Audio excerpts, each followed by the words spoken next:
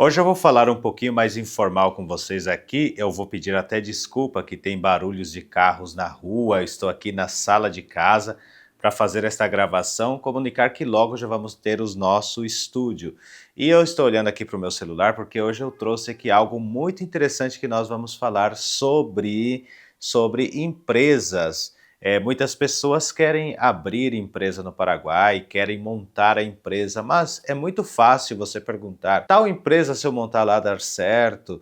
Se eu for lá e abrir uma empresa de doce, uma empresa de comida, uma empresa de serviços, uma empresa de produtos, será que dá certo? Bom, vamos ver primeiramente o que a gente precisa pensar antes mesmo, né, da gente pensar numa empresa, pensar em trabalhar, o que é melhor. E aí eu trouxe aqui uma definição. Você, primeiramente, o ponto principal, né, tem que pensar em duas formas. Primeiro, você quer abrir essa empresa familiar para trabalhar você e sua família, seus filhos, ou você quer abrir uma empresa sem que a sua família participe? Você vai ter que contratar funcionários, tudo mais. Hoje vamos centrar se você fosse abrir uma empresa familiar. E eu listei aqui, tem bastante pontos aqui que eu listei, deixa eu ver quantos pontos tem. São 12 pontos que você deva considerar quando você vai abrir uma empresa familiar. Lógico que para você abrir a sua empresa, você tem que primeiramente ir até o local, estudar o local onde você quer abrir essa empresa, você tem que ir lá, estudar o mercado. Bom, vamos ver então aqui as dicas que eu trouxe anotado. Aí eu vou olhar aqui para o meu celular porque eu não lembro tudo de cabeça, né? É melhor a gente ter anotado. Abrir uma empresa familiar com funcionários, né, pode ser uma experiência gratificante para muitas pessoas. Isso é real, né? Pode ser gratificante, mas também exige cuidado para equilibrar relações pessoais e profissionais. E aí aqui eu vou trazer, pontuei alguns conselhos, trouxe num roteirinho que é mais fácil, né? Conselho número 1: defina claramente os papéis e responsabilidades. Então você tem que definir claramente quem vai fazer o quê e cada um a sua responsabilidade, porque a gente sabe, não, mas é filho, mas é assim, então não, defina claramente. Inclusive aqui em casa, o meu filho hoje ele trabalha junto comigo na produção de vídeo e eu defino claramente o que eu quero que ele faça, então tem que definir claramente. Por que é importante você definir claramente? Em empresas familiares é comum que as funções se misturem, o que pode gerar conflitos, então muitas vezes fala, mas meu pai não pode falar assim comigo, ou de repente acontece, né, a empresa é familiar, aí você contrata um funcionário a mais e aí o seu filho lá, que é um funcionário equivalente a ele, quer ser o patrão dele, né? Tem que ter todo esse conceito, definir exatamente quem vai ocupar qual papel. E aí, o que fazer, né? Aí são 3 pontos que você deva fazer, que eu separei aqui, aí eu vou ler, né? Estabeleça quem será o responsável por cada área: financeiro, operações, vendas, etc. Então você tem que estabelecer quem vai ser o responsável em cada área. Documente as funções de cada membro da família para evitar sobreposições. Então você vai falar, ó, o seu vai ser isso, isso, isso, documentadinho, né? Então você vai escrever, vai deixar documentado. Se essa pessoa ela é encarregada de cuidar ali das coisas, por exemplo, de fazer a logística, eu vendi, eu vou lá e pego e trago, aí a outra somente fica lá repondo, vamos supor que é uma padaria, né? Então vai ter o encarregado de fazer a produção do pão, encarregado de quem vai atender no balcão, de quem vai receber, de quem vai fazer toda essa logística. Então, cada um fazendo uma parte fica leve para todos. Considere as habilidades e interesses de cada um na hora de distribuir as tarefas. Então, você tem que considerar as habilidades e também os interesses, porque de repente alguém não tem interesse naquilo e também a sua habilidade é limitada, então você tem que considerar isso também. Ponto número 2, crie um acordo formal entre os familiares, criar um acordo formal. E como que é isso, criar um acordo formal? Vamos ver aqui agora, né? Por que é importante você criar um acordo formal? Porque sem um acordo, divergências pessoais podem afetar o negócio. O que você pode fazer? Redija um contrato ou acordo de sócios definido. Então você vai fazer um contrato, redigir um contrato de acordo ou de sócios e você vai definir nesse contrato divisão de lucros e prejuízos, olha só que interessante. Regras para entrada e saída de sócios, Processo de tomada de decisões também, porque de repente é o seu filho que está ali e aí você sai fazer alguma coisa, vamos supor que você é o gerente, seu filho é apenas um funcionário que atende. Aí você sai e ele toma decisões sem te comunicar. Não, não pode ser assim, tem que estar tudo corretamente especificado. Consulte um advogado para garantir que o documento seja legalmente válido. Então você vai consultar um advogado também para garantir se esse documento é legalmente válido, né? Olha só que temas interessantes. E aí, o que vocês me dizem? Vocês estão gostando desse tipo de conteúdo?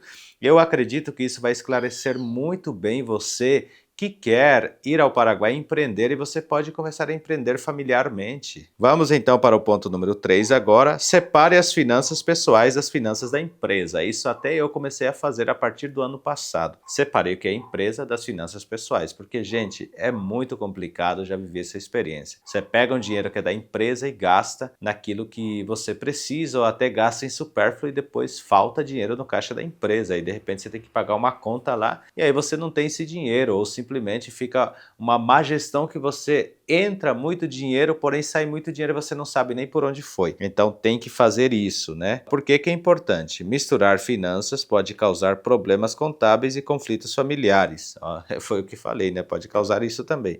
O que fazer? Defina horário de trabalho e cumpra-os. Então você tem que definir os horários de trabalho e cumpri-los. Trate todos os funcionários, familiares ou não, com igualdade. Então, se você tiver funcionários além dos filhos, você tem que tratar todos iguais. Ninguém ali é mais que ninguém, são funcionários da empresa. A empresa é diferente do ambiente familiar. Não é porque é família que vai ter vantagens sobre quem não é família. Evite discutir assuntos pessoais durante o horário de trabalho. Isso também é muito interessante. Você está trabalhando, ali não é seu pai, né? Se é um patrão, ele é seu patrão, ele não é seu pai. Se é um gerente, ele é seu gerente, ele não é seu pai, e vice-versa.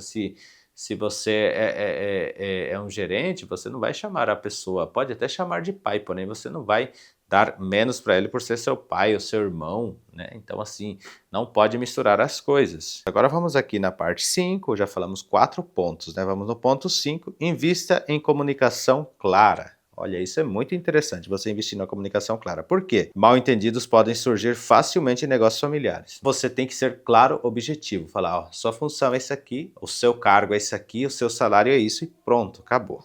Então, investir em comunicação clara. Realize reuniões periódicas para alinhar objetivos e discutir desafios. Realizar também, né? Aqui já está falando para realizar reuniões periódicas, sempre uma vez por semana, uma vez por mês, vocês realizam ali uma reunião e fala qual que é o propósito da empresa, o que a gente pode fazer, e assim você vai crescendo a sua empresa. Use ferramentas de gestão como Trello ou Slack para organizar tarefas e comunicação. Esteja aberto a feedbacks e críticas construtivas. Tem pessoas também que não gostam de críticas, eu já vi muitas pessoas sofrerem por isso.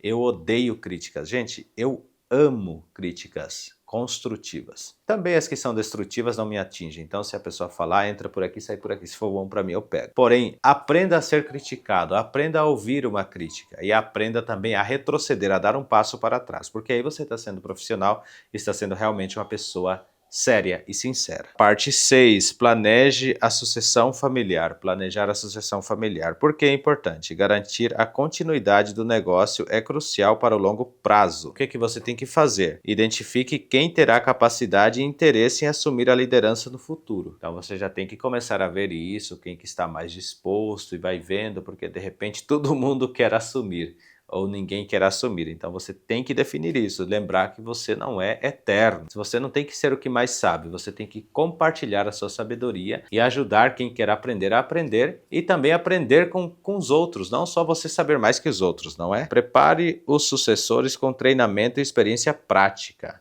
Olha só, já falei, então não precisa ficar repetindo, né? Documente o plano de sucessão para evitar disputas. Então você vai preparar alguém para suceder e vai documentar aquilo. Quando eu for, essa pessoa vai assumir. Quando eu quiser sair fora do negócio, quem vai assumir é ele, né?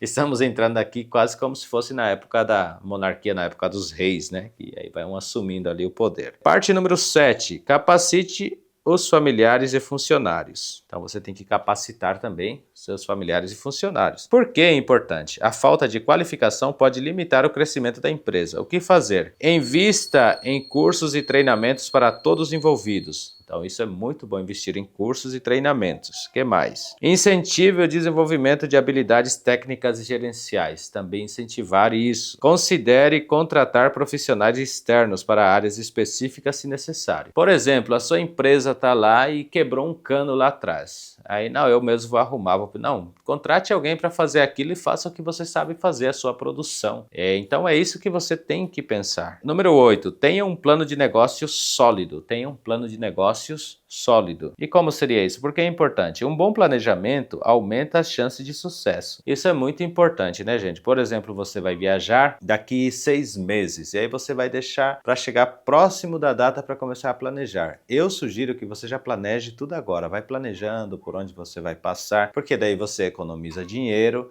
e quando você chega lá você tem tudo traçado e não precisa ficar preocupado, porque você já sabe onde vai, por onde você vai passar. Isso significa planejamento. A mesma coisa que um plano de negócio sólido. E aí, por que é importante? Um bom planejamento aumenta a chance de sucesso. Aí o que fazer? Defina a missão, visão e valores de empresa, faça uma análise de mercado e identifique seu público-alvo. Isso que eu estava falando, né? Você tem que ir lá, analisar o mercado. Então a pessoa quer mudar para Encarnação, por exemplo, quer montar um negócio, eu aconselho você ir lá antes, analisar, estudar, conversar com pessoas na rua e não conversar com empresários, conversa com as pessoas locais ali do dia a dia, pergunta se o povo consome isso. Por exemplo, você quer vender açaí no Paraguai, aí você sai na rua, conversa com alguém, pergunta, viu, você já ouviu falar do açaí? Aí a pessoa vai, mas o que é açaí? Então você começa a levar essa ideia, essa pessoa vai levar para outra essa ideia, e de repente todo mundo vai querer comprar açaí. Aí se as pessoas já conhecem, falam, não, açaí é horrível, a gente não gosta aqui, o povo gosta mais de outra coisa. Então você vai planejando o seu negócio e deixando isso ser mais sólido, conversar com os funcionários da empresa,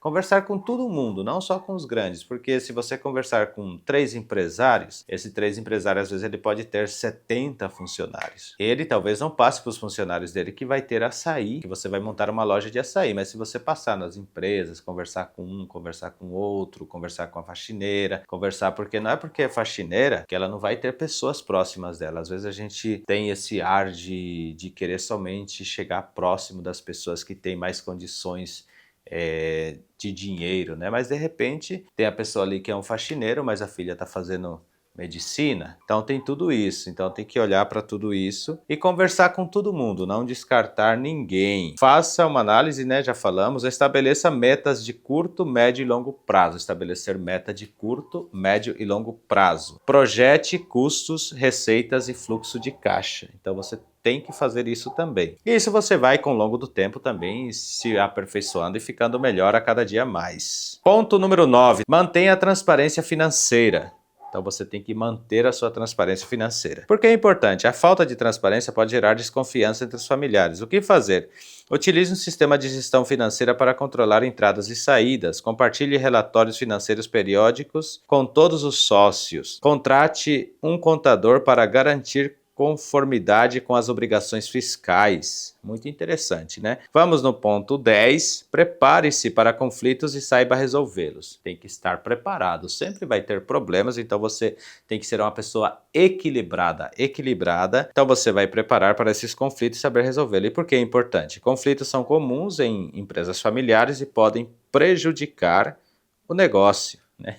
De repente o filho tá lá, tá bravo com o pai, briga, larga lá o que tá, por exemplo, tá fazendo lá pão ou tá fazendo lá um sorvete, ele larga e vai embora, né? Então não pode, tem que separar empresa de família. Então você não pode atuar como pai durante um problema dentro da empresa, tem que atuar como pai dentro da família. E nós falamos lá em frente é muito bom, não leve os problemas familiares dentro do ambiente de trabalho. Estabeleça um canal de mediação para resolver disputas, é um dos pontos aqui, o que fazer, né? Considere a ajuda de um consultor ou mediador externo se necessário. Mantenha o foco no bem-estar da empresa, mesmo em situações difíceis. Sempre é assim. Tá todo mundo brigado, todo mundo de cara virada na empresa, mas você mantém o foco no bem-estar da empresa, não na relação familiar. Família se resolve depois. Ponto 11. Valorize os funcionários não familiares. Valorize os funcionários não familiares. Por que é importante? Funcionários externos podem se sentir excluídos em um ambiente familiar. Isso eu já vi bastante, né? A empresa familiar, aí você entra e trabalha e se sente excluído. Então, você tem que valorizar ele no mesmo patamar dos filhos. Todo mundo é igual. Então o funcionário está ali, ele é igual ao funcionário da sua esposa, do seu pai, se estiver sua mãe, por exemplo, trabalhando, seu tio trabalhando, todos são iguais ali. E depois no final eu vou deixar aqui um testemunho, né, um testemunho ocular que eu vi no caso de uma família lá em Assunção, que eles têm uma empresa familiar muito bem sucedida, por sinal. Ofereça a oportunidade de crescimento profissional, isso é muito interessante. Oferecer para a pessoa crescer ali, tenta ajudar ela, porque ela vai ser grata a você. Reconheça e recompense o bom desempenho, isso também é muito interessante. O que custa se a pessoa desempenhou bem, no final do mês você dá R$100 a mais para a pessoa, R$50 a mais, ela vai se sentir muito feliz, porque vai fazer uma diferença na vida dela. Ou até mais do que isso, né? A gente fala assim um pouquinho, mas você pode dar muito mais que isso. Número 12, que é o ponto final aqui, tenha paciência e visão de longo prazo. Isso é muito interessante. E eu sempre bato nessa tecla, visão de longo prazo. As pessoas querem começar um negócio hoje, já querem ficar rico amanhã, ou já querem ganhar muito dinheiro amanhã, ou já querem estar bem sólido já amanhã. E não, você tem que ter paciência para atingir um longo prazo com solidez, e você vai ver que vai só crescendo o seu gráfico. Ele pode oscilar, porém sempre você vai ter lucros. E por que isso é importante? Empresas familiares levam tempo para se consolidar. Mantenha o foco nos objetivos estratégicos. Isso muitas pessoas não têm estratégia, não ficam atrás de estratégia. A pessoa abre um comércio e somente abre a porta e acha que todo mundo vai ali comprar. E não é assim, gente. Mantenha a estratégia. Tenham mídias, né? Divulguem o boca a boca, divulguem no WhatsApp, no Instagram. Tudo são ferramentas para você usar e trabalhar com isso e vender o seu trabalho, não é? Esteja preparado para ajustar o plano conforme necessário. De repente, tem muitas pessoas que eu já vi que alugou, por exemplo, um salão e aí não quer fechar, tá tendo todo mês no vermelho e não quer fechar porque, nossa, o que vão falar da gente? A gente abriu aqui, vai falar que a gente faliu, não sei o quê. Gente, não pensem nisso. Tentem sempre pensar, né, num plano para ser ajustado. Se está muito caro o aluguel, feche esse lugar e vai em outro lugar. Ou, de repente, você tem uma casa, faz ali na sua casa, combine o comércio ali, dependendo do que você faz, você consegue combinar na sua própria casa. Celebre as conquistas, mesmo pequena, para manter a motivação. Isso aqui, né, fechou com chave de ouro. Olha, celebre a conquista, mesmo que pequena. Então você passou esse mês, pagou todas as contas e sobrou R$5, ou sobrou... numa família, vamos dizer que é maior, sobrou ali R$300, né, de tudo que você fez, com caixa tudo equilibrado, aquela conquista, vai no restaurante com a família, né, sai para algum lugar, celebre essa conquista, isso é saudável. Então você vai falar, olha, nossa empresa fez isso esse mês, aí no outro mês sobrou menos, vão num cafezinho, tome apenas um cafezinho, né, e vai ser muito saudável para você. Esses foram os 12 pontos, né, que eu trouxe aqui para planejar uma empresa familiar. Espero que vocês gostem e a gente se vê no próximo vídeo.